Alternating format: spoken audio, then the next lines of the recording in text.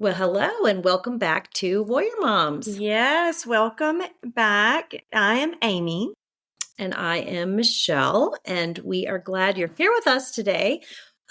Amy, as she said, has wrangled her husband to join us today, which we're so appreciative, Jeff. Thank you for joining us in the studio. It's good to be here. Thank you. Well, today, Amy and I, we've had, several conversations over the last month, just after the new year, about just grief in the new year and being in a place that's hard. And How I just I have asked, been just in a bad place. I have been yeah, angry and bitter and just unjoyful. yeah. Even though And you I mutter just, through the day and you try your best, just inside you're just not happy. yeah, not feeling good. And Yeah. so I just wanted to get on and Amy and Jeff certainly have, they have a sad story, of course, of losing Alec. And for them, they really have endured what, many psychologists would say compounded grief. And so we just wanted to talk about that. Like, how do you live through that and this, just constant and one on top of another addition of losses and how that feels and what do you do? Yeah. So let's So I'll start. So yes. May of 2019, we lost Alec.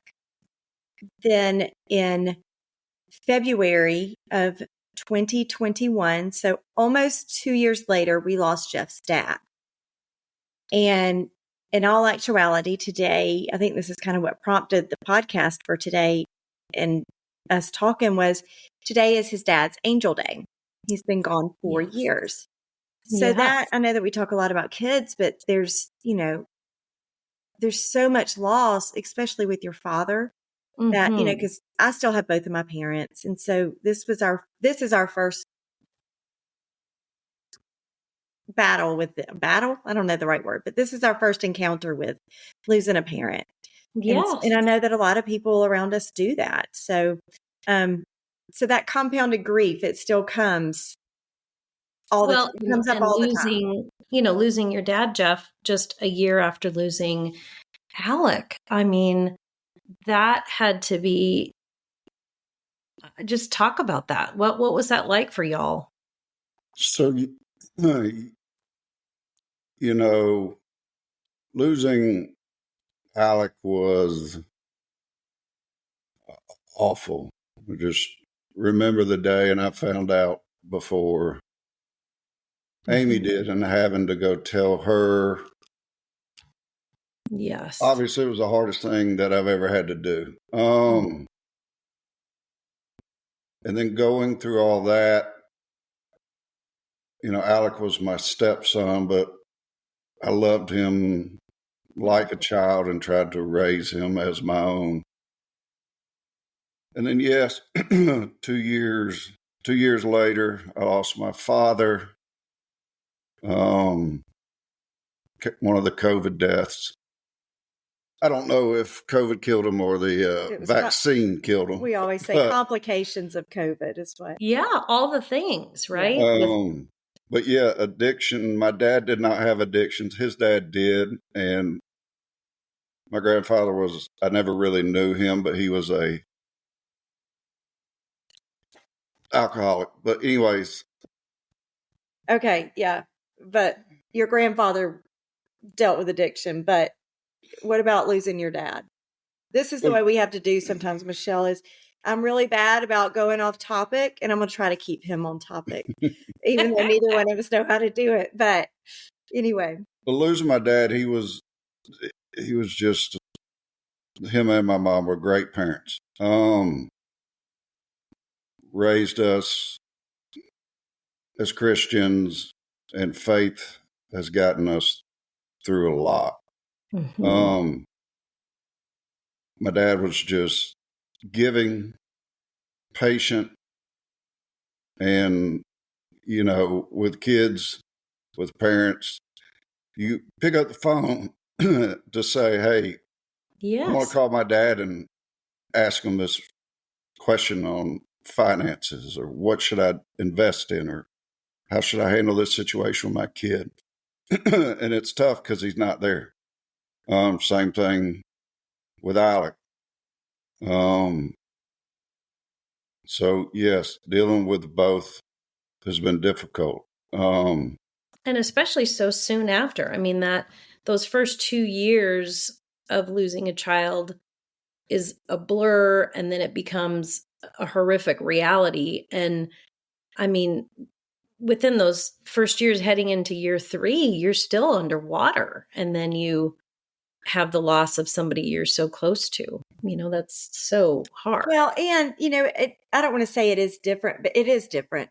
But Jeff had a conversation with his dad a few years before that, and knowing that he was a Christian and knowing that he had.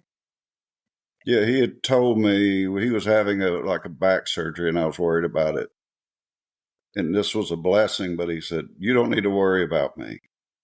I've been married for almost 50 years. I've seen my kids, my grandkids grow as Christians. I've accomplished everything I wanted on this earth. I still want to be here, but if I go to heaven, that's where I ultimately want to be." And that was, we still miss him, but it's such a peace knowing that. And he had that faith, and that he is where he wants to be. And that is something different with losing a child, is they haven't accomplished everything that we think that they wanted to accomplish. Absolutely. So there is that big difference in those. But yeah, and we didn't get to have that conversation that you got to have with your dad. So then in those moments of sadness, you can replay your dad's words and have a little peace anyway. Yes, it made it, even though his death was unexpected, those words made it somewhat easier. And, as a husband, we want to fix things too. Mm-hmm. I wanted my wife, I didn't want her to be sad, but I couldn't fix that. And so when you have another loss, it's like, this reminds her of me of, Alec's passing, and just trying to be strong as a husband. And, we don't always get to share our grief because we're men and we hold it in, I guess, a little more. But it is what did you do that in those, you had lost your dad and you're trying to be strong? Where do you go, or what do you do to gain that strength to help Amy with her grief? Well, one of the things that somebody told us in a grief counseling that has always stuck with me is 2 words. It's grace and space. Space and grace. Give her grace if she wants to lay in the bed all day, or do that for a week. Give her the space to do it, and don't get mad. Don't be like, get up, face the world. Because we do want them to get back and live life. But it's not going to happen overnight. It's not going to, it's been 5 years and she still has days that she lays in the bed or doesn't want to do anything. But so it's just patience and just like grace and space. And like we've said time and time again, and I think what he just said too, is you can't rush the grief process. You can't rush it. No. And you can't fix it. And that's the hardest word for a man right there. I can't fix it. That is so unbelievably hard. And then after losing your dad, then y'all lost Josh, who worked for you. Yeah, so Josh went to No Longer Bound also. He was just so full, such a big spirit, energetic. He was a punk just like Alec. Yeah. Did Alec and Josh know each other? A little bit. Josh knew of Alec. And I don't know that Alec ever met him, but he came in at the tail end of when Alec was. They would have been probably really good friends, or they would have fought each other. One or the other. Because they were probably off and on, maybe. Yeah. Oh, yeah. So there's definitely similarities there. Yeah, but we used to do a better job of it, but worked with guys coming out of No Longer Bound, try to help them get jobs, raise money through the pizza party to help with various things. But yeah, Josh worked with me. He was doing fantastic. He was a great worker. And then, like so many times, just went through a little struggle. Mm-hmm. And most of these guys, I think, struggle with relationships with girls, and they just want the perfect life, and life's not perfect. But Right. yes, Josh was working, and he took his own life, and that kind of really made Amy and I take a step back. Yeah. Because, like you said, the compounding grief, it's like, I don't want to be close to anybody that might die. Yes, Which absolutely. is weird to say, but do I want to But help that's an honest feeling. Absolutely. And yeah, Josh was that one. They all hurt. That one hurt A lot. Yeah. And going to his funeral, I can't imagine. That had to be so difficult. No, his mom called me at middle of the night. Yeah, she was living in California, so I think she found out at whatever time, 11 o'clock or something, but called a couple times in the middle of the night. And that's one thing I have learned is I keep my phone on silent and I keep it away because I at least want one more good night of sleep. If I get bad news, I want it to be at least find out on a good night's sleep. That sounds a little crazy that I even think that way, but that's what it's turned into. So yes, knowing her pain too, of losing the child and having to talk to her first and finding out was impossible. It's just gut wrenching because you wouldn't wish it on anyone to have to live through the loss of a child. And you know exactly how she feels. So it's horrible. And it set, like Jeff said, we had to take a step back. It set us back emotionally. It's kind of like you take a step forward and 2 steps back. And it doesn't, I mean, granted, he wasn't our child, but it was close. He was close. Well, you see somebody that went from the bottom. Yeah. Had no good transportation, didn't have any money, to making money, living on his own, getting a vehicle, and all these positive things, and you just get so excited about all that. And then I've told a lot of guys, one decision can end everything, all the good you've done. One bad decision, one bad day can end it all. And that's scary. But it's so real because, especially as a 20-year-old, 22, you feel like Superman. Can't hurt me. I'm not going to die. No. So that hit hard because I could just see he had a bright future. Now, you mentioned the pizza party and, No Longer Bound. When was Alex's his pizza party where you do the fundraising? Had you all already started that before Josh had died, or where does that fit into the timeline?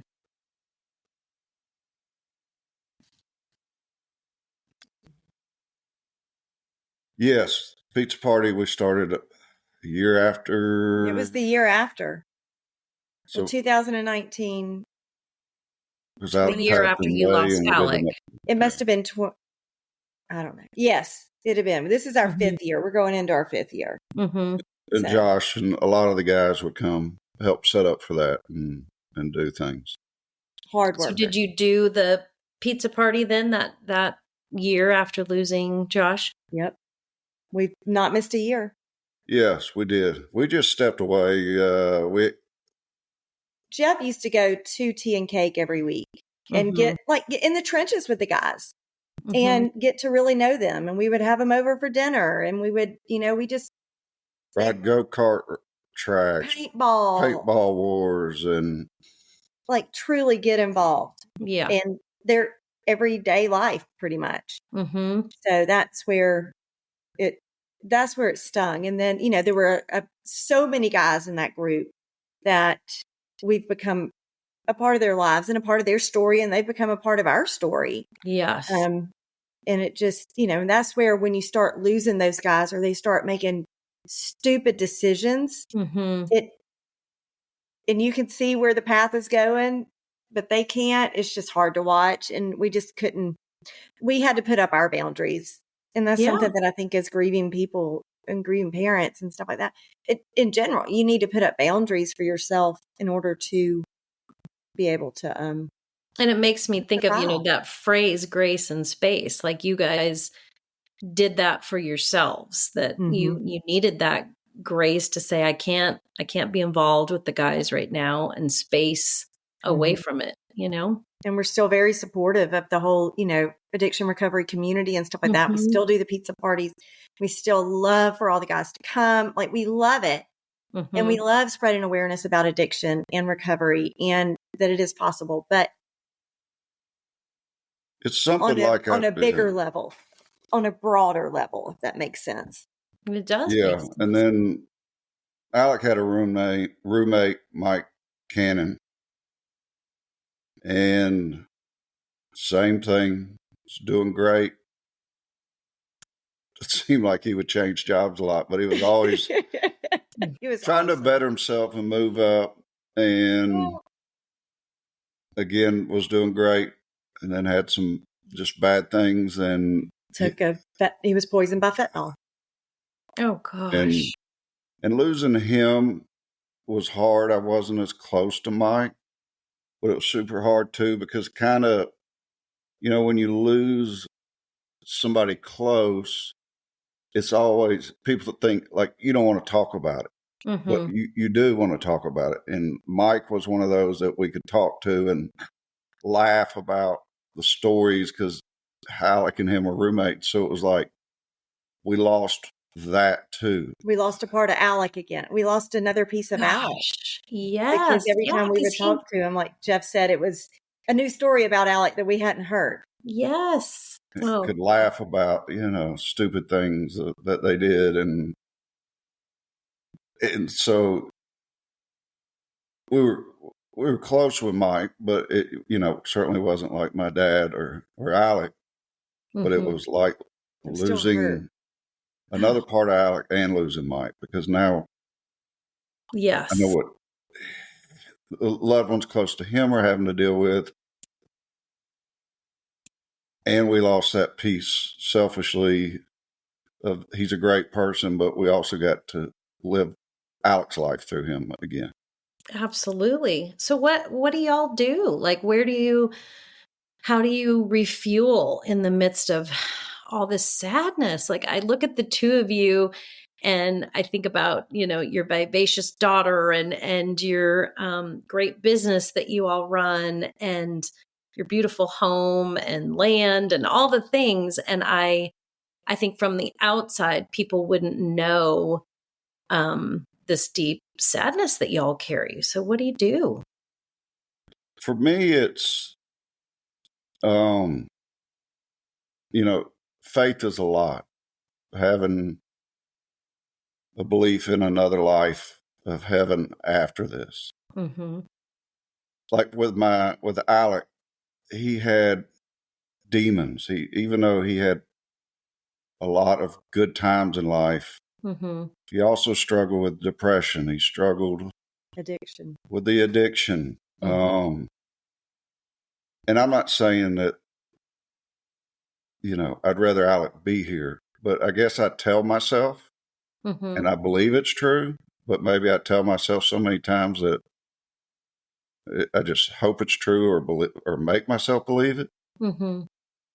But like my dad told me, he's going to a place where he wants to be. I'm like, Alec now doesn't have those struggles. Yeah. Alec is in a place where we miss him. But the other thing I think is the biggest thing for me with my dad and with Alec and with Josh, and I'll get to another one, unfortunately, is I know none of them would want me to sit here Mhm. and not try to enjoy life. I know, like, if Alec could come back and talk to me or Amy, especially, the first thing he would say is, not that I miss you, not that I love you, that Mom, I'm okay. I want you to be happy. Yes, absolutely. And that voice, does that drive you then when you It have those does low when I moments? get down, because I'll talk to Alec, I'll talk to Josh, I talk to my dad, which may sound crazy, but But we're No. all a little crazy, right? We're all crazy in this world. but I had Crazy such is as crazy does. yeah. But they're all so close that I can talk to them and almost know what they would say back. Mhm. And even sometimes it might be a cuss word or two coming from Alec, Or 1,000. Yeah. And I picture riding in the car with him, or with Josh working here at the house and goofing off with him. And I just I see that joy in what they would say to me. Mhm. And that brings me a lot of peace. I don't show the pain, and I don't, like you said, a lot of people don't see the grief, Mhm. but it's there, but it is, I guess, manageable. That I know what they want for me is, and what you want for your kids Mhm. is happiness. Yeah. If something happened to me, I don't want Amy and Layla down here just sitting on the couch crying every day. Yes. Yeah. Well, and that's weird, but sometimes I want to see Jeff's grief, like because he does go and it's, Mhm. I know he has it and I know that he'll grieve or cry or whatever he does away from me. And I try to do it away from him, Mhm. but sometimes I just can't hide it Mhm. full term. And sometimes I think that I need to see Jeff's grief for Alec to know that he really does. Like, do you really miss him? Like, Yeah. like, I don't Yeah. know. I think you're done. Like, what, but I know That that's isn't not the true. truth. Right. Yeah. Does But it just even today, Amy, does this what does this do for your heart hearing Jeff talk through some of this? it's, well, and that is something, it warms my heart. It does. Mhm. And I think that it is, Jeff and I communicate a lot. And and that's something that I think that we've always communicated well, but in this, like, we have to communicate because he Yeah. doesn't have any clean underwear right now. And, and he Yeah. knows. Stuff that comes out of her mouth. But I think the biggest thing about that goes along with the grace is being able to tell your spouse, like, hey, today's a shitty day. Yeah. So I need grace. Yeah. Where I might not, fuss about dishes in the sink that day. Like, okay, Mhm. this really isn't a big deal. Mhm. Because you do learn with death that a lot of things aren't a big deal. Yeah. Things that you thought were important, gosh, really go by the wayside. Yeah, if I cleaned my truck today and found my first two big scratches on it, Mhm. and for a second I was kind of upset, and I'm like, it's really not a big deal. Mm-hmm. You Yeah. know, fortunately, when you go through so much loss and pain, you learn, like, do I really need to have this argument with my wife Mm-hmm. or I my didn't scratch your truck. or my child? It's possible. It's possible. But I really need to get upset about this because it's really not a big deal. I Um, love that. Grace and space. That is so powerful. I haven't heard that those two terms, and what a easy two words to remember, and it's so powerful. well, the other thing too that I have learned is, as a man, like I said, we want to fix things. Mm-hmm. If our daughter or our son or our wife comes home and has a bad day, we want to tell them how to fix it. Yeah. Um, and I'm still not great at it, but I've gotten a lot better. That really they just want to, especially with women, they just want to tell you what went on and what's going on. And really, I just need to listen and say, Mm-hmm. "Oh, I bet that makes you feel better. I know you're upset." Mm-hmm. Instead of saying, "Well, if you get up and go for a walk, it would make you feel better," Yeah. which is what I really believe sometimes. Yeah. And he still says that. But there's days, you know, like, I think my daughter quit talking to me a little bit because I try to fix everything. Yeah. And I had to learn, like, I can't tell her how to make friends or deal with friends at school. I just need to listen. Mm-hmm. So those grace and space and just listening instead of trying to fix. And if you've never seen The Nail in the Head, look it up and it'll explain a lot. I will do that. It's funny. This lady literally has a nail in her head. All men need to watch Nail Yes. in the Head and learn to ignore the nail. I have seen it. I know exactly what you're talking about. We're going to have to put a link in our description. We have to. Because Oh my gosh, we will for sure. Yeah, where she's got this giant nail in her she's head. like, my sweaters keep snagging. And he's like, well. And she's just like, quit trying to fix it. That's unbelievable. No. Well, thank goodness you don't have a nail in your head, Amy, but No. it feels like it on many, many days for sure. Tell us about just this last major grief that y'all have endured, just a huge loss again. Yeah. So his name was Brett Oglesby. Mm-hmm. We became friends in, I think, not positive, but around second grade. Could have been a little earlier. Some say first, some say second, but it's one of those friends that you don't remember when you met because they've just always been there. Yeah. A forever friend, yeah. Mm-hmm. And we've been through so much great things, so much bad things together. And Brett struggled with addiction. He probably was sober for about 10 years and helped so many other people. He helped us with Alec. So much. Mm-hmm. Educated us on what addiction really was. Wow. And what Alec was really feeling. Mm-hmm. As opposed to us just writing it off, you know, like educated, not just helped, but. Yeah, going back to fixing it, we're just like, you just got to stop because this is what happens. And it's, you know, not understanding the addiction. It's a whole nother just type of grief, right? So and not only was he a great friend, he helped a lot of people in that. And then, long story short, he got CP3. CP3 is what it was finally diagnosed, I think. Yeah. But and it was debilitating to him, and he had lost kind of the fun of living.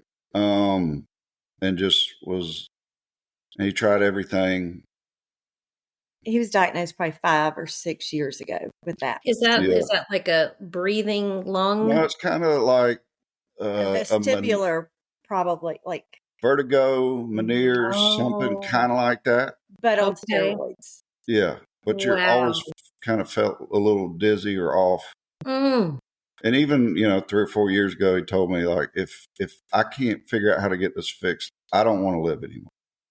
The only Yes. reason I'm still would even here is because of my faith and my daughter and the people I love. Mm-hmm. So eventually, it won the battle, but I know his faith was so strong, and he probably would have taken his own life earlier if it wasn't for his faith and his family. Mm-hmm. But his quality of life. So, like I was saying, with him, how I deal with it, I was angry. I was happy because he was such a good friend, and you don't like to see people suffer. Mm-hmm. And certainly sad and depressed. Yes. But we had kind of the family here and had a ceremony celebration of life. And I've kept those pictures out in our little workshop garage. And I don't know when I'll take them down, but I talk to him when I'm out there, and that's the Mm-hmm. same thing. Like I say, Brett, I need to call you today, and it's like, and then I get mad and I get upset, and then I'm like, I just hear him saying, Jeff, my life was so miserable, Mm-hmm. and I am so happy now. Yeah. Because I do believe, that's where he is in heaven. And he passed about 2 months ago, just for the listeners' time Yeah. I frame. mean, it's So still this is raw. raw. And This is raw. yes. It was the day before Thanksgiving I of mean, you're still 2024. processing it, you know? Yes, and the I guess the hardest hurt I have with that is with his wife and his daughter, because again, I feel like I need to fix those or Mm-hmm. try to be there, Yes. and stress. Do I do enough or do I not do anything? And so I think that's the biggest, hardest thing for a man in this is because we try to be strong and we try not share our feelings and we want to fix things and we don't, especially like I don't want Amy to see me upset because I already know she's upset. Mm-hmm. Or maybe she's having a good day and now I'm going to bring her down. Yeah. One of the things, just as I'm listening, I mean, a message that is my takeaway is just your ability to, you put the pictures on the wall, you talk to your dad, you talk to Alec, you talk to Brett, that you're facing your grief, you're, surrounding your own self just with, with those guys that you love, and you're willing to sit with your grief at least a part of the day. And I know that's so painful, and yet I'm sure that's really helpful. Yeah, like I said, the only thing I always go back to is I know every one of them want me to be as happy as I can be. Mm-hmm. They all want me to enjoy life as much as I can. Mm-hmm. And that's difficult a lot of days. Yeah.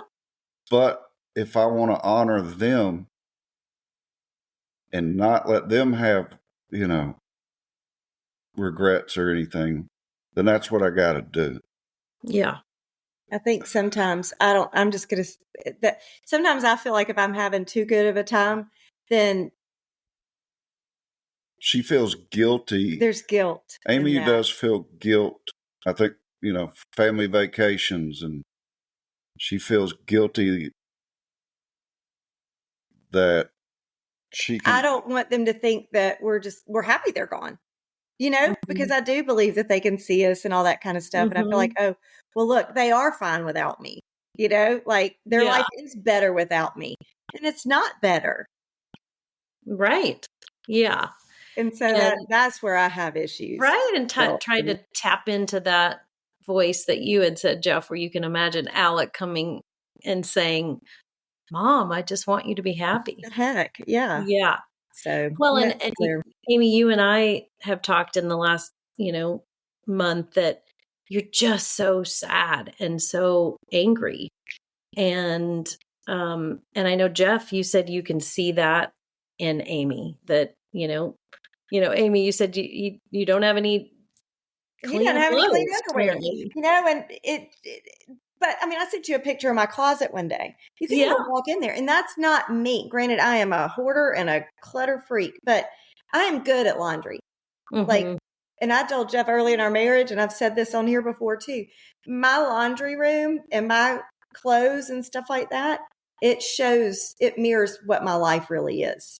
And it's, Yeah, when you know that when that's a mess, you're yeah, having a hard time. yes. But Amy is also, she's good about not, she needs her days, but she's good about not living that trying not to for too long. And, Yes. Mhm.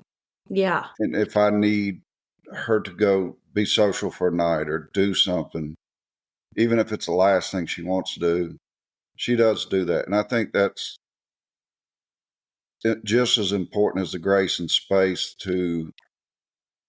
for each other to do things that you don't want to do because of your grief.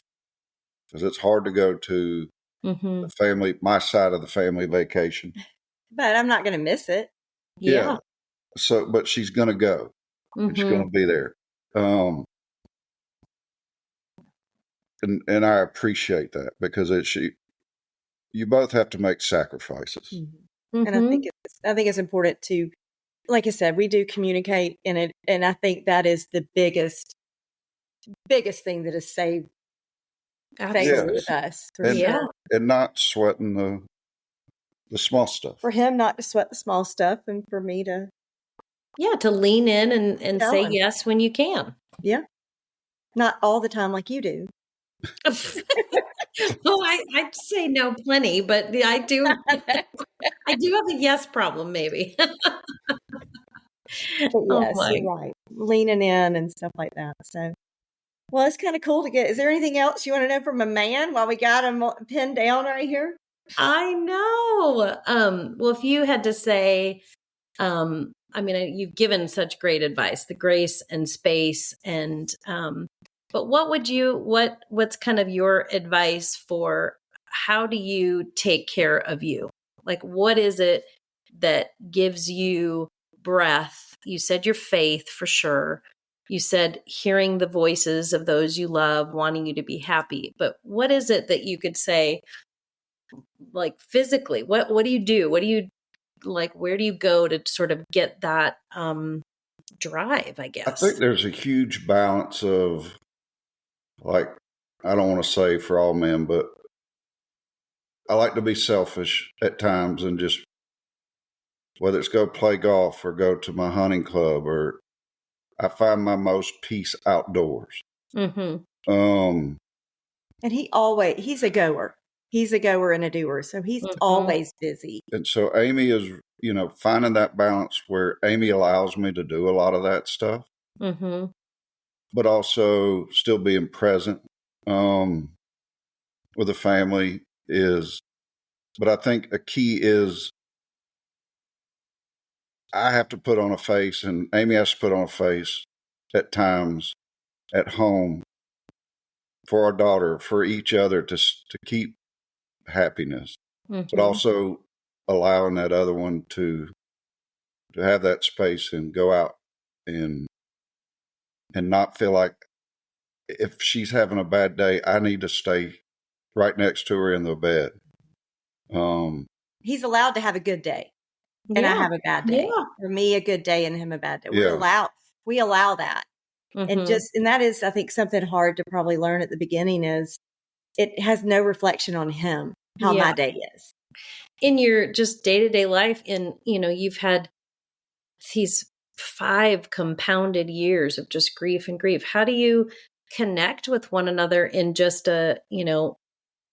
this love relationship? How do you make sure that you have time, like date nights, or you have this time for each other? Where do you carve that I in don't when know. Do we do are that, Jeff? sharing so much?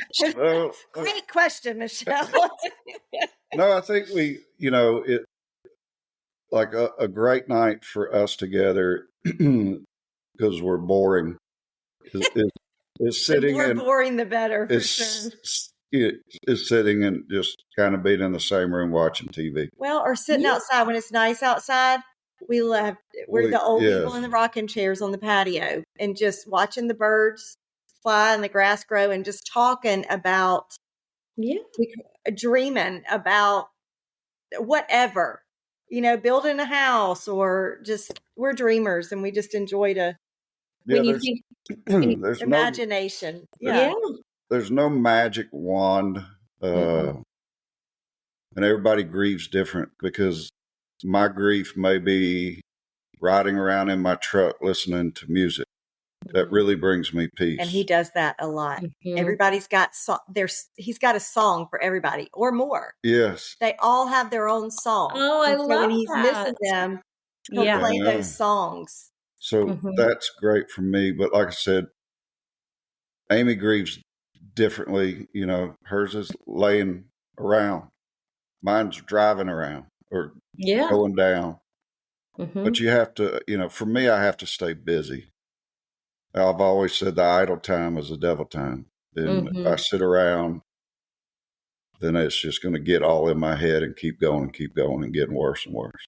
But, and just knowing that there is a higher power, and that for me is God.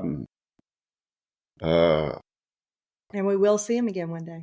Yes. And when we get there, I don't want them to say, why did you live your life in so much sadness? And I want them to be able to say, like, you celebrated me. You remembered me. I know when you were fishing, you were talking to me. I love that. And I'm glad that you enjoyed life, because that's what I want. That's beautiful, Jeff. I love that. Well, I don't know about you, Amy, but gosh, I got so much from just hearing the two of you talk. And I'm so sorry about all of the losses. And I just appreciate you sharing that. It sucks on so many levels, as we all know. So many levels. I am certain of that. Yeah. But we appreciate you, being vulnerable and sharing what you've learned, and the hard days, the good days, and that space and grace. That's just amazing advice. You have to tell Jeremy that one. I am. Make a t-shirt. Yes. Anyway. I love it. Well, thank y'all. Thank you, Michelle, for taking time and doing this. Yes. I appreciate the opportunity. Yes.